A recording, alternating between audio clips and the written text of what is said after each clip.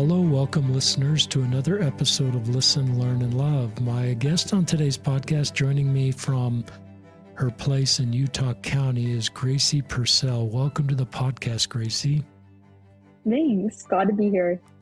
Gracee was on the podcast 4 years ago as an 18-year-old, episode 513. I don't think we put your name on that podcast. You weren't ready to be public, and that was fine. And since that time, Gracee has gone through BYU as a lesbian gay student at BYU and graduated in psychology with a minor in global women's studies. Really drawn to political spaces right now. Is working on a campaign for a politician in Utah. She was part of the movie Sanctuary, the documentary Sanctuary. We've referenced in this podcast. We'll put it in the show links. Gracee may talk about that. Gracee's engaged to a wonderful woman, is set to be married in May of 2026. Congratulations, Gracee. Thank you. And, I reached out to Gracee. I came to the Sanctuary Q&A and just was reminded after watching the Sanctuary documentary, just the thoughtful insights Gracee has to help us as allies better support queer people, but also things that Gracee will share to you, our LGBTQ queer listeners, maybe some of you that are 18 right now.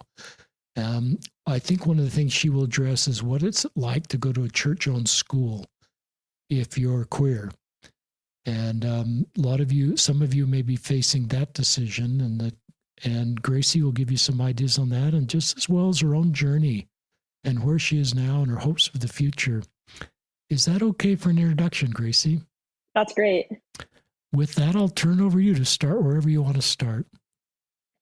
Okay. Well, I guess just, introduction, kind of like you said, my name's Gracee. I'm from Idaho originally, but came to school at BYU actually after coming out.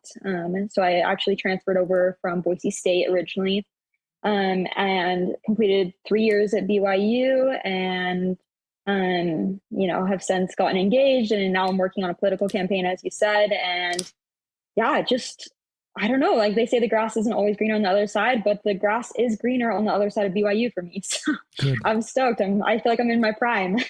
It's great. I admire you being involved in a political campaign. Some people say they want to get involved in social justice, and other people do what you do, is get involved in a campaign. Maybe you'll be a politician one day. Oh, maybe. I don't know about that. I feel like people are always mad at you and they're always yelling at you, and I feel like that would hurt my feelings. So I'm the same way. I could never be a politician. It's pretty rough. But yeah. Talk about BYU. Why is I'm going to use the umbrella term queer because I think you identify more as lesbian gay, but just why, as a non-straight person out, would you choose a church school, and what advice would you give others? And that's like multiple questions. And would you do this all over again now that you're on the other end? Would you actually have not gone to BYU? Yeah, I honestly hadn't planned on going to BYU.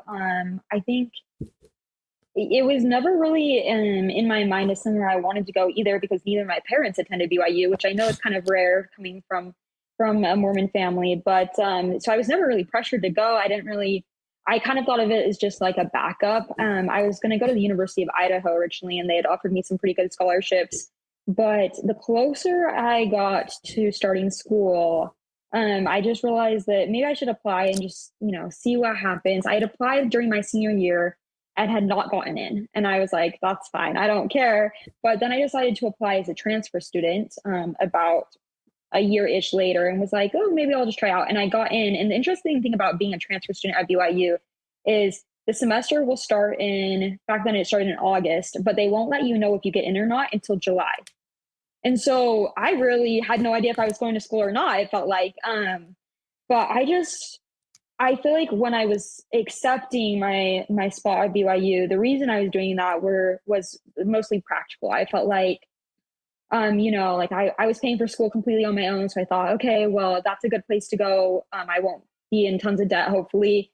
And I thought this is a good space for me to move away from my family, but be close enough that I could visit on weekends. It's only like a 6-hour drive. And I thought, I think also subconsciously, I thought maybe this is a place that if there's anywhere to get married to a man, it would be at BYU, right? If there's any place to make that happen, it's got to be BYU. And so I think subconsciously that was also in my head, even if I didn't know it. And so I got to BYU, but pretty soon in fact, 2 weeks in, was when, if maybe people recall, when Rainbow Collective had put in a resource pamphlet into the new student orientation bags. And that contract was broken the day before new student orientation. And that was my second week at BYU. And I was already working with Rainbow Collective. I had been working remotely when I was at home. And that was, I think that just, it blew my mind that was even a possibility. Just because, I don't know, like, I think if you sign a contract, I just assume that even BYU is withholding to the law, which I think that changed over time in my head, how that all happened. But yeah, I think later what I realized, that's a great story. Tell our listeners that are they hearing about that for the first time. Tell them about Rainbow Collective and what you've done there, and tell them about this pamphlet and why you, and just that BYU at one point approved putting this pamphlet in and the focus of the pamphlet. Yeah, so Rainbow Collective is a student-led nonprofit based in Provo. They provide support and resources to queer students. I like to describe it as a signpost. Like if you need, subsidized therapy, we can point you to one direction. If you need a transfer fund, we can point you to another direction. So we ourselves are in charge of resources as much as we are to point you to the resources available, because there's so many in Provo for queer BYU students. And then we also host back to school pride. We've done an art show. We did a consent training. So one of the things that we do every year is provide and print out a tiny resource pamphlet that has some of those resources that we've collected that we think that students would benefit from knowing about and be able to use. And so this is fall 2022. And we had printed out thousands with the help of our community helping us. We print out thousands of these pamphlets and folded them. And we had signed a contract with BYU as an advertising space. They used to do that with the new student orientation bags. They would allow companies and organizations to pay for a little spot to put something in their bag. And so we had signed a contract and we were going to put it in. And when you think about what these resources are, they're like Flourish Therapy. They're like Celebrate Therapy, as it was known back then, or it was like the Out Foundation, which provides scholarships and emergency transfer funds. So we're talking about things that hopefully aren't controversial, but I guess are, because they're provided for queer students. And we put them in this pamphlet, and I guess someone, a parent, a concerned community member, had reached out to BYU after hearing that these were going to end up in these new student orientation bags and complained. So then we found out from a third party, someone in housing or something like that these pamphlets were being thrown away without us knowing. And we were like, what is happening? Because obviously we had spent all this time and money on them. And also, it's very important to us that these students are able to know about these resources right off the bat, knowing that BYU is difficult. And so we started reaching out to all the people, and we find out that BYU had decided to cancel that contract without letting us know. And that was a longer conversation, and a lot of things went behind the scenes that I wasn't, part of. But basically, our deposit, our payment was returned to us, and then BYU returned what was left of the pamphlets. But I think we were pretty shocked that the contract was broken in the first place. So that's kind of the story behind the pamphlet and kind of what that looks like. And then I went on, starting at the beginning of 2023, I actually became the president of Rainbow Collective and was president until I graduated. And we'll link to that on our Instagram in the show notes, Rainbow Collective. Perfect. Tell us how to spell rainbow, just so everybody knows if they're trying to find it right now on Instagram, how to do that. Yeah, so it's rainbow with a Y. So it's RA capital Y and BOW and then collective. Did BYU get nervous about you starting Rainbow Collective? Did they try to? That's not an official club, so did you? It's not, yeah. So my friend Maddie Tenney, she actually started it the year before 3 years before I came. And I don't think they were really worried about us as much in the beginning until we started, I guess, I don't know the best way, getting lots of backing from the community, from people who do care. And then I think we held more power, especially after Back to School Pride 2022, when we had lots of protesters and made international news. And I think BYU then started to maybe respect the amount of power we held. It's great. Keep sharing wherever you want to, just keep sharing. Yeah, I think, you had asked, would I do it again? And I think I would. And I think the reason I would is because there's no other place that I can think of in which I would have to lean into my values as much as I did at BYU. I just don't think anywhere else would have faced me to confront so many difficult choices and have me have to sift through what I believed in and what I don't believe in and what I think is important and what is not, as much as a place that challenged me like BYU. And so I don't know if I could ever recommend it to anyone. I think everyone is different, but I think that BYU was good for me, for my own growth. What was the hardest part about being LGBTQ at BYU? Yeah, I think the hardest part was, I think it's so demoralizing to be begging people all the time to see you as human, and to wish that people saw your thoughts and opinions as just as valuable as everyone else in the campus community. And when you do that for so many years, it's really tiring. And luckily, I feel like my last year, I came to this realization that I had been so consistently begging for a seat at this table where I felt like, I can make a difference and where I want my voice to be heard. And I realized even if I sat at that table, I would have just become a token to them. I would have just been there for PR. They would have never really listened to what I had to say. And so I kind of developed this mentality of, never beg for a seat at a table where you could build your own. Mm. And I would way rather build my own table over on the side with the people who I thought were actually contributing to the well-being of others and who I actually respected their voice and their opinions, than to try to join in with another group who we didn't see eye to eye, or whose values I didn't align with, just for the sake of trying to hope that something would happen. Wow. It's an honest answer. Hopefully it's not too honest, but I think that's maybe the best thing I learned about BYU is learning that my values mattered over the rest of it, even over trying to make change.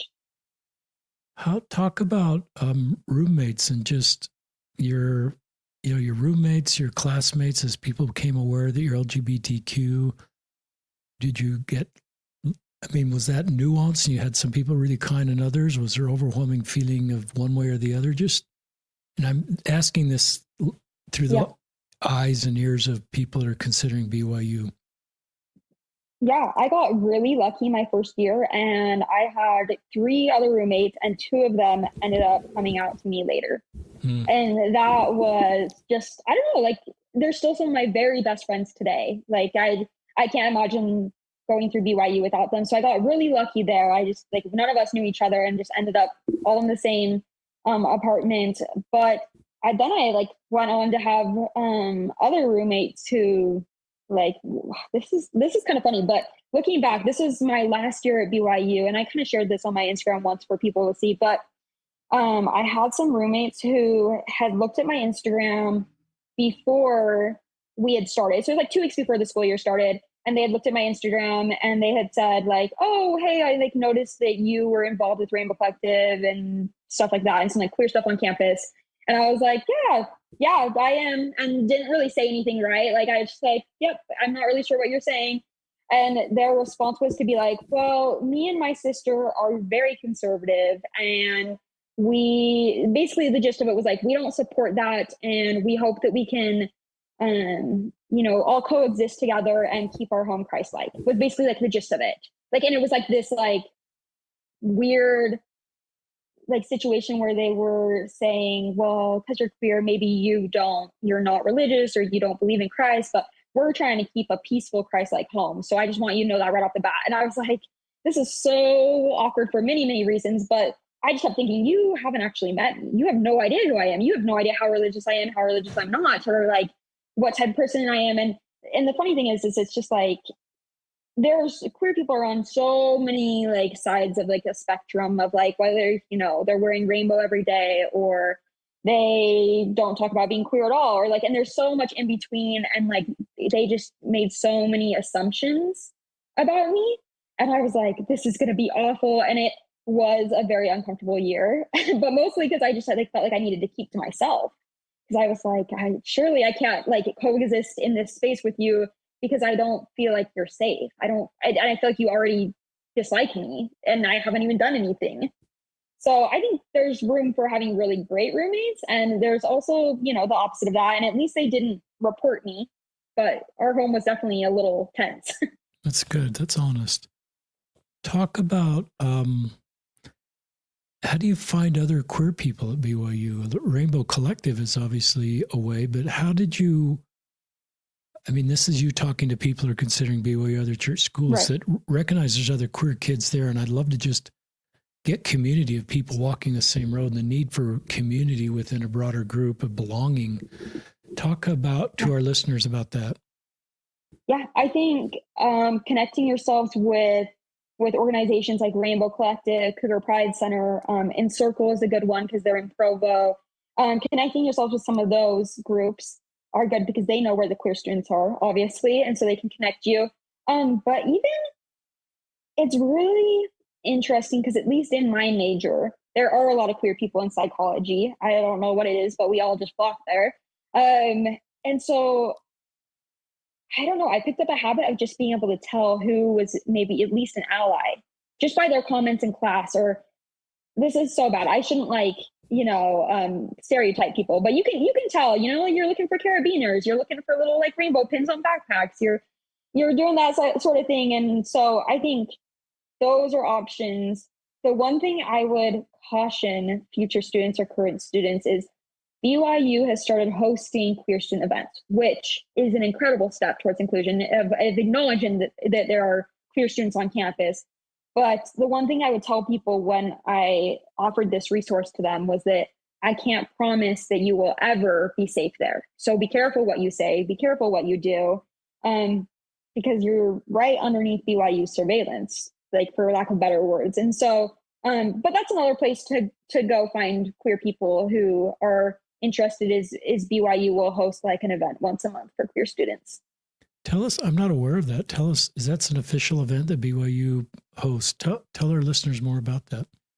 Yeah, so they have one that's hosted by Women's Services, which love them, like incredible. I love that office. Called Better Together, and it happens once a month, and it's just like food and snacks and talking for like an hour, 2 hours maybe on campus, usually in the Wilk. And then I heard, I never went to this, and I don't know if it's still going, but I heard the Office of Belonging was hosting like a Come Follow Me for queer students. And I don't know much about that, but I heard that was going on as well. That's great. I didn't know about either of those. So that's great. Talk about, and this is really an interesting 4 years you've been at BYU, because there's been the lighting of the Y both times I think happened while you were there. They were right before me, but I was right in the middle of like. Is it been? Wow. And I can't remember if that brief period where there wasn't a restriction to same-sex romance, it came back. And recently, in the last couple of years, there seems to be more orthodoxy directed at especially professors and any potential allies in BYU administration to, and so I don't quite know the phrasing of that, because it's not like that's against church teachings to be supportive of queer people, but I think professors and other allies at BYU have felt their chances of being successful at BYU may be diminished, or they may even be threatened with employment if they're openly queer affirming. So those are kind of two things. And I'm realizing you're speaking professors, you're not a professor, but I'm sensing that, I'm wondering just from a student perspective, if you felt any professors sort of forced to pull back from their support to you. So that's kind of 3 or 4 questions in there. You're good. I'll try to answer some of them. I think professors are some of the bravest people to walk on campus, like genuinely, because as a student, I have a little bit of leeway because I can kind of I don't have to have a temple recommend technically to be on campus, and I don't have some of these rules, and they're not watching me as closely because I'm just a student out of thousands and thousands of students. But professors, they have to sign certain contracts, and they do have to have a temple recommend, and they can be released from their job for any reason, and you can even be demoted, which I didn't even know was possible for doing things like that. So I have a lot of like empathy and sympathy for professors, because I think they're honestly in the toughest spot, because that's their families that they're providing for. That's their job, their career. What does that look like if they can't work there anymore? And to be honest, like I think in general, BYU does have a lot of perks to working at it. Like I think it's got good insurance. It's got pretty good leave and like parental and maternity leaves, and so I have definitely seen over time professors have to pull back and be more quiet. And I've really appreciated the professors who have pulled me aside and made that connection one-on-one so that they can make their support known, even if they couldn't do it in a class, or even professors who are able. I mean, psychology is such a different college than other spaces on campus, because there are like very good reasons for why we'll talk about queerness or gender on campus. That's all part of it. And so I've had several professors who were able to validate the experience of a queer person while in class, and I really admire their courage in doing that. You got a good heart, Gracee, even though you're walking kind of a complicated road, to acknowledge complicated roads that others walk. And I've just, some of my heroes also are BYU professors that have, just trying to do what I do. I see myself in them sometimes, but I don't have the restrictions because I don't work for BYU, and my employment, my family's, financial employment, safety is not tied into that. So I've been more free to be open about my feelings of support. But I recognize there's a lot of people within the church, probably at all levels, that feel the same way, that are muted because of various reasons. And there's some really wonderful BYU professors. We've lost some really good ones over this kind of more restricted feeling. But I'm grateful. And so I guess, your point about finding allies is, you'll have to figure out if you're a potential or a current BYU student, because I think there's some administration, some professors that they're probably going to do it more one-on-one, like you're mentioning, where they're going to have private conversations in their office. And it doesn't mean anybody goes rogue just to support a queer person.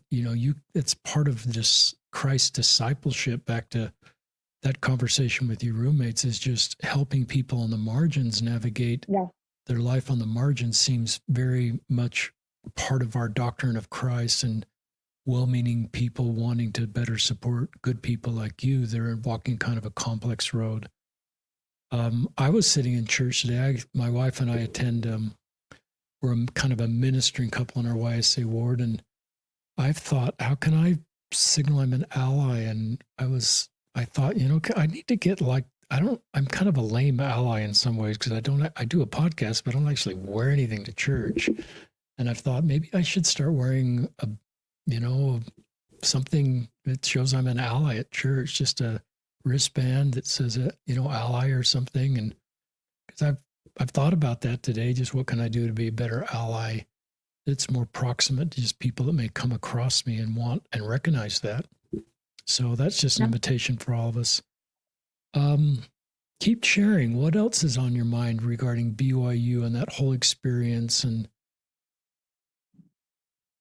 I'm trying to think. BYU sometimes feels really weird, almost a year removed, because I'm like, did those things really happen? Just because like my experience as a queer student there was probably much more intense and dramatic being on the activist side than probably most people's are, just because, I was at the forefront of a lot of the conversation. So I don't think my experience maybe is as representative of other people's, just because I was speaking to BYU admin all the time and they knew my name, and that always puts you in a kind of weird spot. But also, like, you've got some more conservative off-campus groups who, spent a lot of their time trying to create trouble. And so I think the average queer student is able to exist on campus with mostly just microaggressions, which are certainly harmful, day after day. But I'd like to say most queer students aren't getting death threats, which is good. Um, that was more of my experience at BYU. But I think I was just thinking about probably the most impactful moment I had my whole time at BYU was not even like a moment where we had guns at our event or anything like that. It was actually when the school decided to use the musket fire talk in the university foundations class. And I got word of that. And as a student leader on campus, right, I kind of took it upon myself to go start a conversation with admin about why that maybe was a bad idea, in my opinion. And Good. so I, got some help and ended up with a meeting with I think he's like the academic vice president of undergraduate studies or something like that, something with a bigger title up higher. And I was told he was the one who kind of had headed up the decision on that. And I went to go meet with him one day, and my whole thought was, I don't know, there's a big thing within Rainbow Collective, especially where you're trying to find the common ground and you're building a bridge and you're trying to help people see that we can meet in the middle with our beliefs. And so I went into that meeting, I had searched up this guy and seen that he'd gone to Boise State too. And I had seen all these things that I thought maybe we could have in common. And so I walked in that meeting and I was like, hey, he had said I want to know about you. And I was like, okay, told him and kind of brought up some of the things that I knew we had in common. So we could kind of build that rapport, I was like, I thought I was doing something good. I was like, yeah, go Broncos. And I was headed in there and I just said, could you just help me understand why you chose this talk to be put in this? I just love to hear your thoughts on it. And that's how I phrased it. To kind of hope that I didn't sound threatening or that he needed to be on the defensive about it, but that I was genuinely trying to understand. And I was, even if I was a little frustrated by the situation. And he kind of went through this whole thing and he told me that was one of the cornerstone talks of the whole class. And they had prayed tons about it. And I had just been I just don't know. I think that this is a talk that carries a lot of weight. And he kind of pointed to, he worked in, an administrative building. So he pointed out the window and he's I bet if you went out there and talked to anyone right now, they wouldn't even know what this talk was about. And I was that feels really crazy because maybe I've just created this little bubble that everyone has all the words memorized, but I just was surely that can't be true. And he's well, we've done some sampling and people who go through and read it with an open heart, we found have really actually, it's changed their minds about what it was about. And I was I listened to this talk on my way here so I could be prepared. I just don't think, I just, I was just so shocked by his reaction. And I was okay, that's fine. I let him go through his reasoning. And I just said, I just want you to know from my community, I said, I can't speak for everyone, but from what I'm understanding from my community is that this is going to cause a lot of harm. I said, you're going to have thousands of queer students, their friends, their family. You have to understand this is going to impact them for the rest of their BYU careers and life, probably, depending on how this goes. Because the way the talk is structured in the class is you read it, I believe, as a homework assignment, and then you come into class the next day or whenever, and you have a class discussion on it. So it's not even you just read it and you're able to move on from it. You have to talk with all your peers about it, which I think leaves a lot of room for no matter how hard a professor tries to control a situation, students are able to say whatever they want about it, really, right? And so I'm trying to explain this to him and I'm I just can't believe, I just don't understand. And we kind of got to the end of the meeting and it was clear that neither of us really saw each other's side. And I had even said surely there's another talk that carries the same message but less baggage, right? There's got to be something that you can replace it with, right? We can agree that you want a good message out of this, so why is it this one? And he just got to the end of it and we were okay, I guess that's it. And he just said, I pray that this is the miracle that I think it will be. And I just said, me too, because if it's the miracle that you think it is, then everyone's going to be really happy about this talk and they're going to learn something new. But if it's the reality of the situation that I think it is, then there's going to be a lot of harm. And I left that meeting just feeling so, I think, more devastated than I'd ever felt my whole time at BYU. Wow. because I had thought that if I had went in and said the right thing, the perfect thing to help him understand, if I had had that one-on-one conversation that we're promised so often that will change people's hearts, I just thought like the proximity of it all would help get to him, and and that we would not even have to go through this whole thing. And it didn't. And that, I don't know if it surprised me, but I just was like, why? I don't like, did I not say the right thing? Did I not choose the right moment? Like, how could I have gotten this through? And I think that helped me realize that sometimes those bridges will just, as much as you're building them forward to someone, right behind you, they're being like destroyed. And Wow. sometimes that bridge isn't going to actually be built as much as we're promised it will be. And I don't know, maybe that's like a really downward message, but that was probably one of the most impactful moments at BYU for me, was just realizing that it didn't matter how hard I tried. Sometimes it just wasn't going to be, it wasn't going to be what I wanted it to be. Wow, that's a great. Thanks for being an activist and willing to just. You did this. It seems like your whole time at BYU with Rainbow Collective, the Out Foundation, so many other ways, and I'm sure there were just hundreds and hundreds of people reaching out to you as a safe person to talk about their experience at BYU. That, yeah, the musket fire talk is a difficult talk for me, listeners. It doesn't mean I don't agree with the doctrine that was taught in that talk. You know, I've always tried to be supportive of that, but I've wanted to sort of say, let's talk about people that doctrine doesn't fit. Our queer people, a lot of my queer friends would love to be in straight marriages. They love to be straight and be able to make that work for them. But a lot of them, exhaust themselves trying to fit in. They're sort of locked on the porch of a house looking in at all the straight couples getting on with their lives and having the chance for marriage. And they'd go up to that door with the key they've been given and it doesn't open. And if they eventually, sometimes we pull down the blinds of the house and we don't want to see these queer people anymore as they make their way forward and blame them for never making it work. And I hope we can mature. Yeah, maybe our doctrine and policy will change and better support queer people. I certainly have that hope in my heart, but I'm not particularly an activist saying this is what the church ought to do. But I hope we mature to just say, wow, we recognize there's a lot of really incredible Latter-day Saints that are queer, that this is not going to work for them. And what can we do in a BYU class to sort of acknowledge this? And what can we do to say supportive and kind things to our queer friends that sometimes don't have the same opportunity that straight people do, versus just putting it all on them? And so that's kind of my approach, listeners, in some of these kind of spaces where we double down on the doctrine, quote unquote.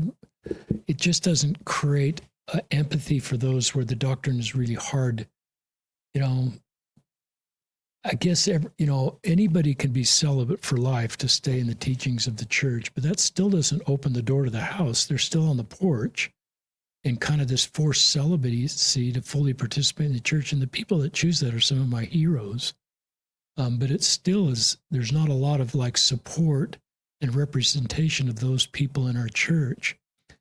And somebody taught me about a Catholic priest that takes a vow of celibacy, actually chooses to be celibate and really owns that. And within that organization, that's celebrated. And there's a lot of support and community and ways to serve. And somebody talked to me, and Gracee knows all this. It's like forced celibacy. You're just forced to sit on the porch. Yeah, you can fully participate in the church, but it's different. You don't really sometimes feel called to it. So it's just, I wish we talked more honestly, Gracee, just about the complexities for queer Latter-day Saints so we can better build our discipleship. It's taken me in my 60s to sort of understand this, but I wish, back to your class, I wish I was a BYU student in my 20s. I wish someone had sat me down and sort of explained this to me a lot earlier, because my empathy, my skills to communicate with queer people, my discipleship to better support them would have been enhanced by an institution helping me understand this better. So I spoke for 5 minutes. I'd love you, if there's more thoughts there. I'm kind of a fatherly guy because I'm old enough to be your father, of course, since I'm mid-60s and you're 20s. I guess I could be your grandfather technically, because I'm 40 years older than you. But I just think it's remarkable, the activism you've done. and what you've done at BYU, it is groundbreaking. And I just think someday somebody's going to write a book about the long journey for queer students to be fully accepted at BYU, and you're going to be a part of that book.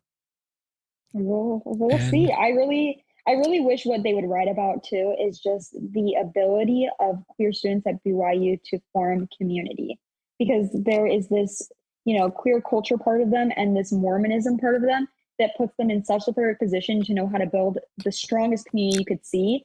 And that's what's happening right there on the ground. And I think that would be incredible to explore. I agree. And I think you've created vision for other students as they come along and see what you've done with Wrinkle Collective and what's possible, and the exposure you've had to administration as a queer student that I think will hopefully continue. And people are hard to hate close up, move in, and good information leads to good decisions, and you're part of the better information and all the people that are part of your organization and your community. Talk about your YSA ward experience. So there's an ecclesiastical side to being a BYU student. We haven't gone to there yet. Talk about that experience for you over 4 years. Yeah, I think it's interesting, and this might expose me as probably not the most honest person on BYU's campus with my ecclesiastical endorsement, but that's okay. I think there was reasons for that. My first year at BYU, I attended church pretty regularly, and it was fine, but the hard thing about YSA awards, especially at BYU, is that everyone just wants you to get married. And I really was not interested in getting married. I was like, no, I mean, I was, but not to any of the young men in my ward, And then I kind of decided, the next year I was like, oh, I'm not really, it's okay. Like, this is fine, but I'm not super interested in this. So I'd go off and on probably my second year, roughly. And I still got my ecclesiastical endorsement because my bishop still knew me. And then my third year, actually, my records I sent back to Idaho with my parents because I moved to Denver for the summer for an internship. And I sent it back to my parents, and I had my home ward bishop give me my last ecclesiastical endorsement. So that kind of all pulled through. By my last year, I wasn't attending church really at all. I think really what I came to decide was, I can't really count. And this is where it's interesting from the last time I was on the podcast, because I vaguely remember saying, I'm not that worried because God has never steered me in the wrong direction. And that was kind of what I was thinking back then. And not to discredit that or anything, but just the existence of a God, it no longer changes how I choose my life. And what I mean by that is really I'm focused on being a better and kinder person. So if going to church makes me better and kinder, then you'll see me at church on Sunday. If it doesn't, then you'll probably find me somewhere else becoming better and kinder. And so I think that's what I just decided by the end of BYU was, I don't know, I just wasn't certain that going to my YSA ward at BYU was making me better and kinder. In fact, I think it was making me more bitter about the situation I was in. And it was making me more, I don't know, I was becoming more critical of everything that was said at church, even though it wasn't that serious to me, right? Every single thing I was finding fault in. And it wasn't making me feel better about life, about me. And so, and that's still the approach I take now is it making me better, kinder? Sometimes I'll pop into church and then realize, it's not really for me right now. And I'll head off to my come follow me group with my queer friends or something like that. Right. And so I don't know, maybe I shouldn't have gotten all those ecclesiastical endorsements, but I was doing my best with the tools I had.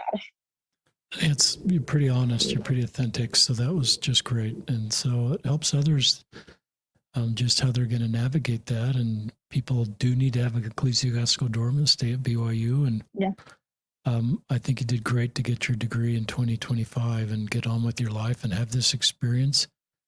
My guess is,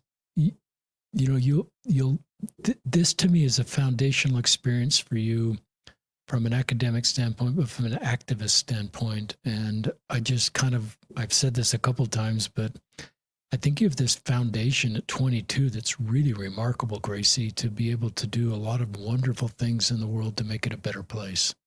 I don't want to Thank put any you. pressure on you like you're going to become the next president of the United States, but you might be.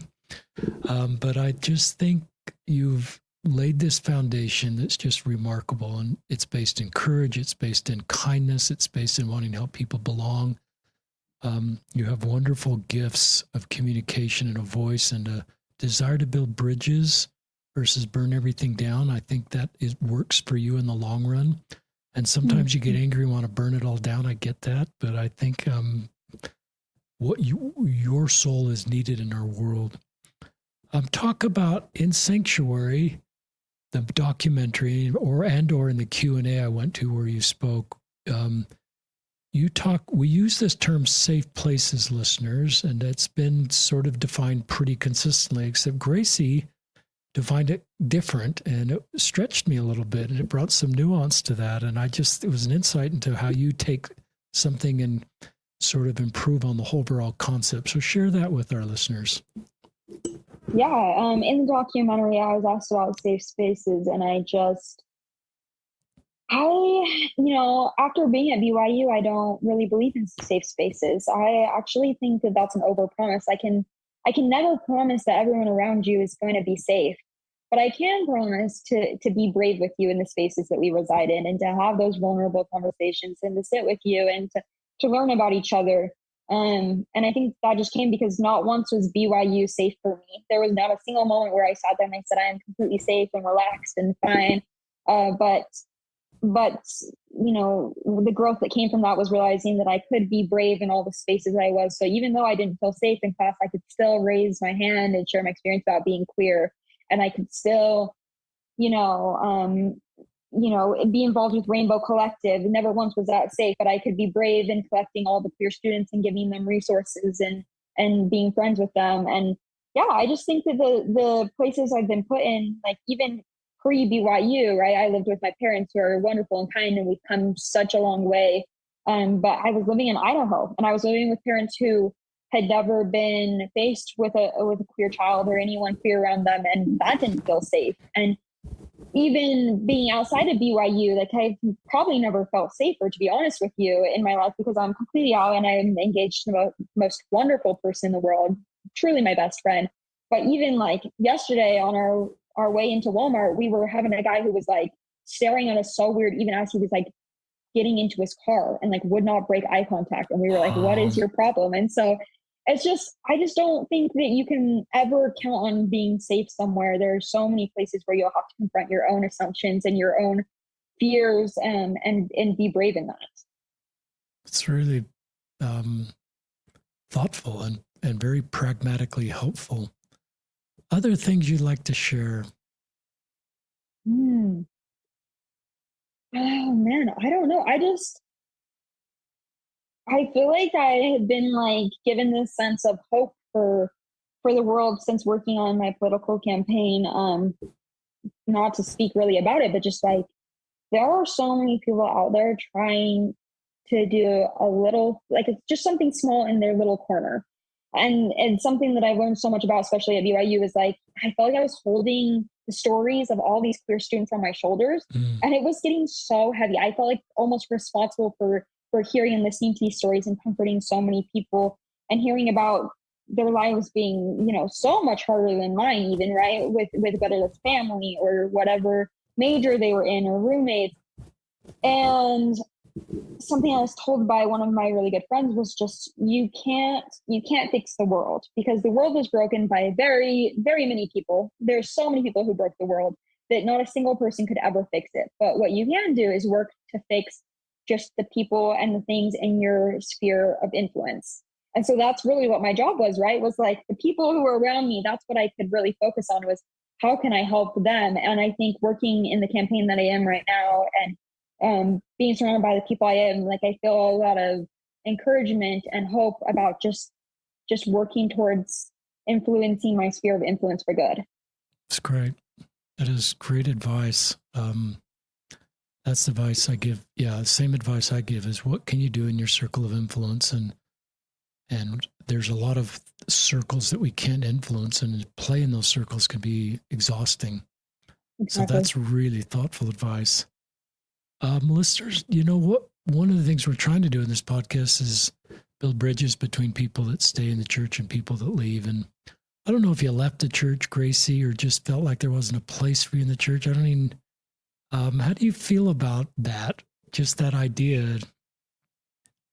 Yeah. I honestly, and I wrote something about it once.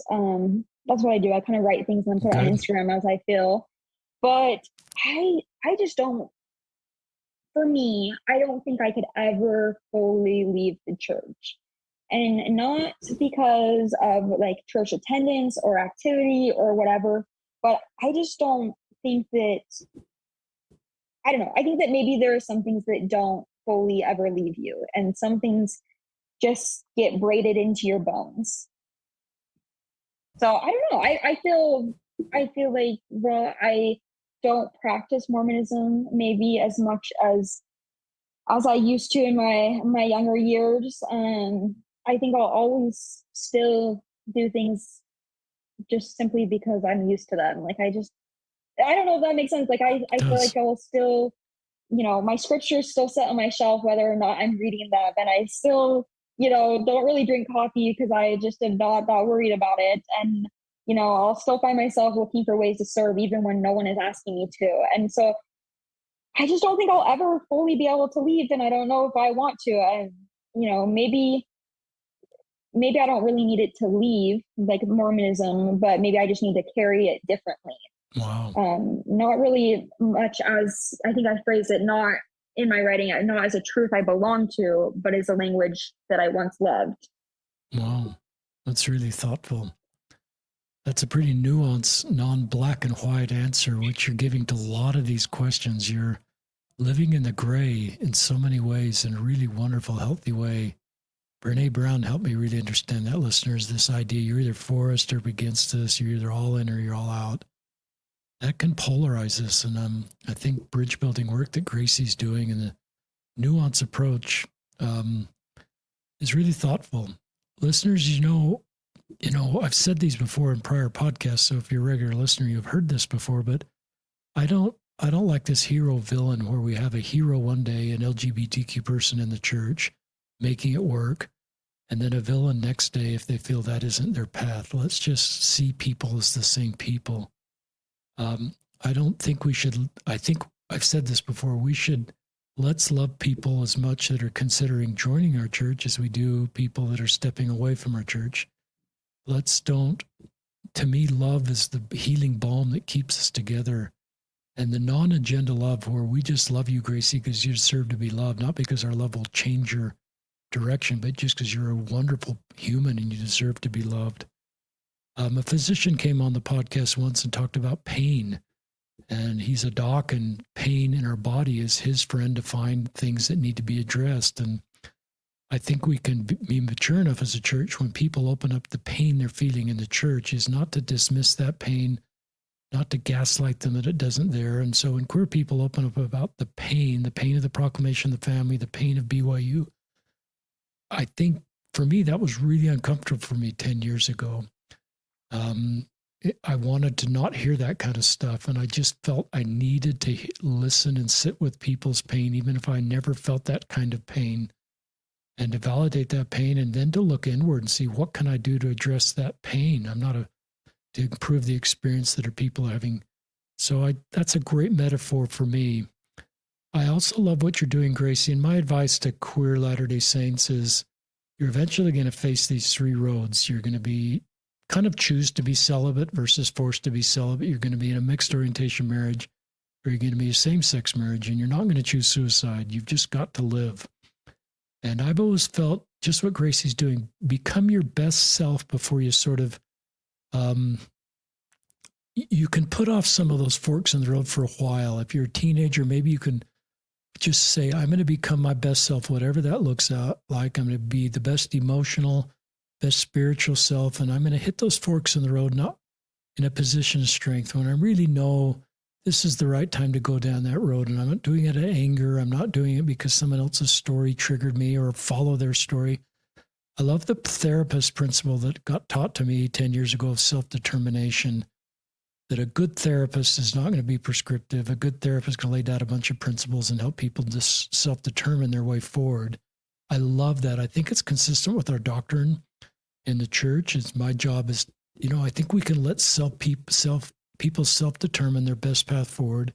Some will stay in the church. Some will become more separated from the church. But I think we can just say, I love you.